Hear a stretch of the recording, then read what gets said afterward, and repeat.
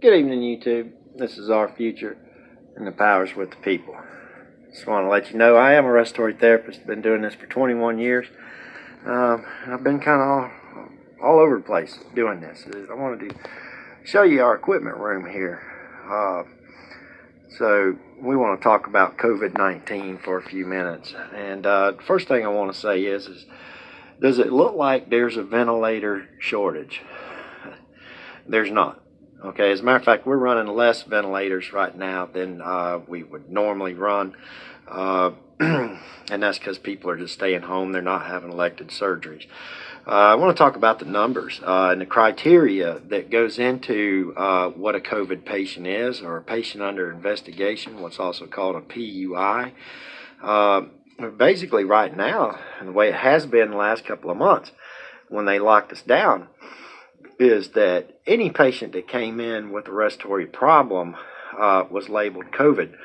Now, that doesn't matter if it's you got stage 4 lung cancer and pancreatitis and heart disease and liver failure and everything else. You're still, because you come in with breathing problems, you're labeled a COVID patient. Every patient that comes in, no matter what their history, is labeled a COVID under investigation.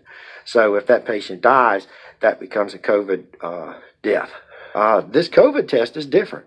They're testing for an RNA sequence from a reaction to the virus. And look this up. Please look it up. They're not testing for a virus. There's not one test that tests for a virus.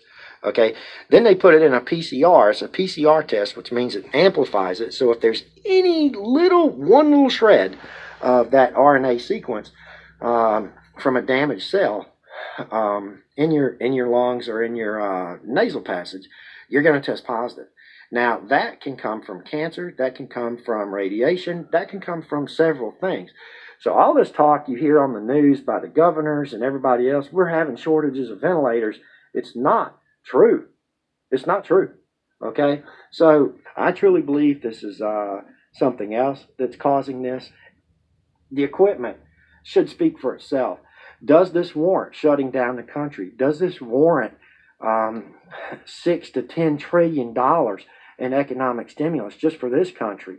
Locking everything up, beaches, hiking trails, tennis courts, the bars, restaurants, pool halls, schools.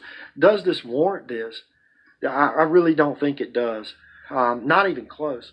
We're doing the same thing they're doing in France. We're doing the same thing they're doing in Italy.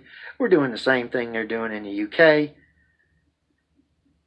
So, does that mean Trump's really in charge of this whole thing? Because I really don't think he is. I think he's being told to do what he's doing, and that's the way it is. I mean, this is a deep state, Illuminati stuff. It's all World Health Organization. They're controlling it.